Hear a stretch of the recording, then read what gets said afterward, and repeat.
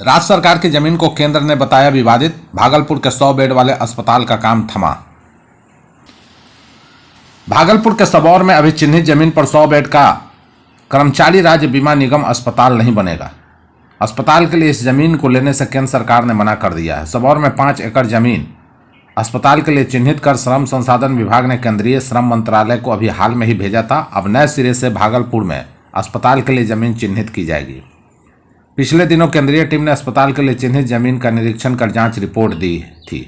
इस आधार पर श्रम मंत्रालय ने कहा कि यह जमीन भूमि नीची होने के साथ विवादित भी है, इसलिए अस्पताल के लिए दूसरी जगह जमीन उपलब्ध कराई जाए। अब श्रम संसाधन विभाग ने भागलपुर जिला प्रशासन को दूसरी जगह उपयुक्त जमीन चिन्हित कर प्रस्ताव भेजने के लिए कहा है। अवैध खनन में 2 हाईवा और 1 पोकलेन जब्त। पटना जिला के मनेर के शेरपुर गंगा घाट स्थित अवैध गंगा बालू खनन की सूचना पर पुलिस ने छापेमारी की। इस दौरान 1 पोकलेन मशीन और 2 हाईवा जब्त किया गया। जिला खनन विभाग के इंस्पेक्टर राजीव रंजन ने अवैध बालू खनन किए गए स्थल का जायजा लिया। इसके अलावा खनन विभाग के इंस्पेक्टर राजीव रंजन ने मामले में उचित कार्रवाई करने के लिए जुटे रहे। मनेर थाना के सहायक थानाध्यक्ष मनोज कुमार ने बताया कि सूचना मिली थी कि अवैध तरीके से शेरपुर गंगा घाट पर उजले रंग की गंगा बालू का खनन कुछ लोगों के द्वारा कराया जा रहा है।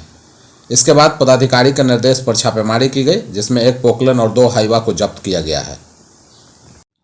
कांग्रेस नेता राहुल गांधी ने जाति जनगणना पर फिर दी बीजेपी को चुनौती, कहा हम लाएंगे कानून। गुजरात के अहमदाबाद में साबरमती नदी के तट पर कांग्रेस के 2 दिवसीय अधिवेशन के दूसरे दिन कांग्रेस नेता राहुल गांधी ने फिर जाति जनगणना का मुद्दा उठाया। उन्होंने कहा कि सभी को पता होना चाहिए कि देश में कितने दलित, पिछड़े, आदिवासी, अल्पसंख्यक और गरीब सामान्य वर्ग के लोग हैं। यह भी पता लगाना चाहिए कि देश में किसकी कितनी भागीदारी है। इससे पहले पार्टी अध्यक्ष मल्लिकार्जुन खड़गे ने प्रधानमंत्री नरेंद्र मोदी और उनकी सरकार पर कई आरोप लगाए। खड़गे ने देश में ईवीएम के बजाय बैलेट पेपर से चुनाव कराने की अपील करते हुए कहा कि बीजेपी ने महाराष्ट्र का चुनाव फर्जीवाड़ा करके जीता। खड़गे ने कहा कि प्रधानमंत्री नरेंद्र मोदी देश को बेच देंगे। देश की अर्थव्यवस्था में एकाधिकार लादा जा रहा है और सार्वजनिक संपत्ति को निजी हाथों में सौंपा जा रहा है। नरेंद्र मोदी के नेतृत्व वाली सरकार में सत्ताधारी पार्टी संविधान पर लगातार चोट कर रही है। वहीं कांग्रेस नेता राहुल गांधी ने कहा कि मोदी जी ने साफ कह दिया है कि वे जातिगत जनगणना नहीं कराएंगे, इसलिए हमने भी कह दिया है कि अगर ये काम आप नहीं करेंगे तो हम संसद में आपके सामने जातिगत जनगणना का कानून पास करेंगे। वक्फ संशोधन विधेयक के खिलाफ आरजेडी ने खटखटाया सुप्रीम कोर्ट का दरवाजा, 3 याचिकाएं दायर। राष्ट्रीय जनता दल की ओर से वक्फ संशोधन विधेयक के खिलाफ राजद नेताओं ने सर्वोच्च न्यायालय में याचिका दायर करने की गुहार लगाई है। राज्यसभा सांसद प्रोफेसर मनोज कुमार झा, मोहम्मद फैयाज अहमद और विधायक मोहम्मद नेहालुद्दीन की ओर से न्याय के लिए 3 याचिका सर्वोच्च न्यायालय में अधिवक्ता के माध्यम से दी गई है, जिसे स्वीकृत कर लिया गया है। नेताओं ने कहा कि असंवैधानिक तरीके से जिस तरह से वक्फ संशोधन विधेयक पर केंद्र सरकार ने अपने संख्या बल के आधार पर इसे सदन के दोनों सदनों से पारित करा लिया और इस विधेयक के खिलाफ राष्ट्रीय जनता दल ने लोकसभा और राज्यसभा में जोरदार तरीके से अपना कड़ा विरोध दर्ज कराया। इस विधेयक के खिलाफ वोट भी दिया। बता दें कि नरेंद्र मोदी सरकार ने वक्फ संशोधन विधेयक को दोनों सदनों से पास करवाया था। इसके बाद राष्ट्रपति द्रौपदी मुर्मू ने भी इस बिल को मंजूरी दे दी थी, जिसके बाद इस विधेयक ने कानून का रूप ले लिया। कई राजनीतिक दलों ने संसद के अंदर इस विधेयक का विरोध भी किया था। वहीं इस कानून का विरोध करने वालों का कहना है कि सरकार इस कानून के जरिए वक्फ की संपत्ति को हड़पना चाहती है। इंडिया गेट पड़ा सूना, बाहर निकलने से कतरा रहे हैं लोग। दिल्ली में बढ़ते तापमान ने इंडिया गेट जैसे प्रमुख पर्यटन स्थल को भी सुनसान कर दिया है। आम दिनों में यहाँ हजारों की संख्या में लोग घूमने आते हैं, लेकिन मौसम की मार ने लोगों को घड़े में दुबकने पर मजबूर कर दिया है। हालांकि कुछ साहसी पर्यटक अभी भी तेज धूप और चिलचिलाती गर्मी के बावजूद इंडिया गेट की सैर कर रहे हैं। वहीं दिल्ली के इंडिया गेट पर मौजूद कुछ पर्यटकों ने बताया कि गर्मी इतनी अधिक है कि बाहर निकलने का मन नहीं करता, लेकिन जो लोग आ गए हैं वे घूम कर ही जाएंगे। उन्होंने कहा कि वे खुद की गर्मी से बचाने के लिए अधिक पानी पी रहे हैं और सन ग्लासेस का इस्तेमाल कर रहे हैं। कुछ लोगों ने यह भी कहा कि भीड़ कम होने के कारण इंडिया गेट को शांति से देखने का मौका मिल रहा है, जिससे उन्हें अच्छा अनुभव हो रहा है।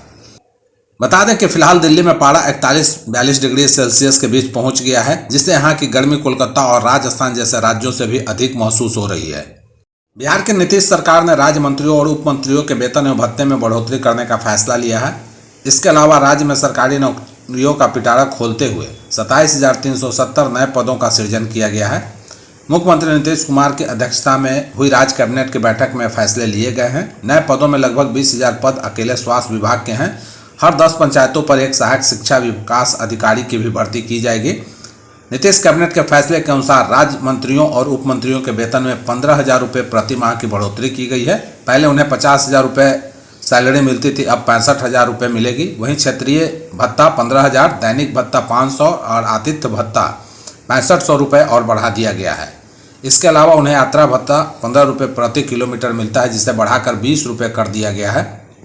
नियुक्ति की मांग को लेकर भारी संख्या में परिचारी संघ से जुड़े लोगों ने पटना में जेडीयू कार्यालय का घेराव किया। ये लोग ऑफिस से बाहर धरना दे रहे हैं और अंदर जाना चाहते हैं। इस प्रदर्शन को देखते हुए जेडीयू दफ्तर की सुरक्षा बढ़ाई गई, पुलिसकर्मी की तैनाती की गई है, गेट को अंदर से लॉक कर दिया गया है।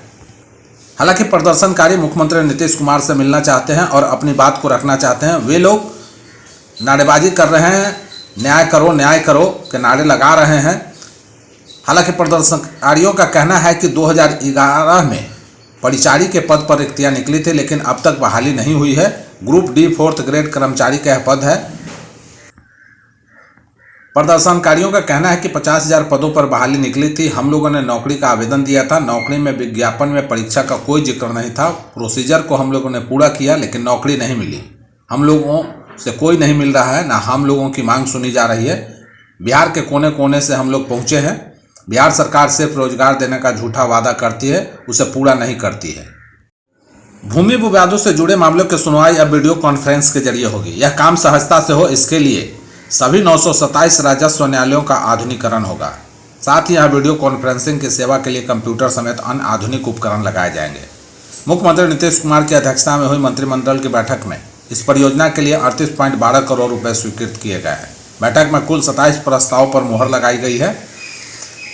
मंत्रिमंडल के बैठक के बाद कैबिनेट के अपर मुख्य सचिव डॉक्टर एस सिद्धार्थ ने बताया कि इस पूरी कवायद का मकसद अदालती कार्रवाई की दक्षता और पहुंच बढ़ाना है, जिससे शिकायतकर्ता और विभाग दोनों को लाभ मिले। बढ़ी हुई पहुंच के कारण शिकायतकर्ता और गवाह दूर से सुनवाई में भाग ले सकेंगे, जिससे यात्रा, व्यय और समय दोनों की बचत होगी। इसके साथ ही सुनवाई की डिजिटल रिकॉर्डिंग आसानी से प्राप्त की जा सकेगी। पटना में स्कूली छात्रों और उनके अभिभावकों को एक बड़ी राहत मिली है। अब सुरक्षा के मानकों को पूरा करने के बाद ऑटो चालक बच्चों को स्कूल ला और ले जा सकेंगे। हालांकि ई रिक्शा से बच्चों को स्कूल ले जाने पर प्रतिबंध जारी रहेगा। एडीजी ट्रैफिक के साथ ऑटो संघ की वार्ता में यह निर्णय लिया गया। ट्रैफिक एसपी अपराजित लोहान ने बताया कि ऑटो संघ की मांग और अभिभावकों की परेशानी को देखते हुए यातायात पुलिस ने लचीला रुख अपनाते हुए यह निर्णय लिया है। ऑटो चालकों को चरणबद्ध तरीके से बदलाव करने के निर्देश दिए गए हैं। हादसों के मद्देनजर पुलिस मुख्यालय ने 1 अप्रैल से ऑटो और ई रिक्शा से स्कूली बच्चों को लाने और ले जाने पर प्रतिबंध लगा दिया गया। इससे जहां ऑटो चालकों में गुस्सा था, वहीं अभिभावक भी परेशान थे। दरअसल पटना में काफ़ी बच्चे ऑटो और ई रिक्शा से स्कूल आते जाते हैं।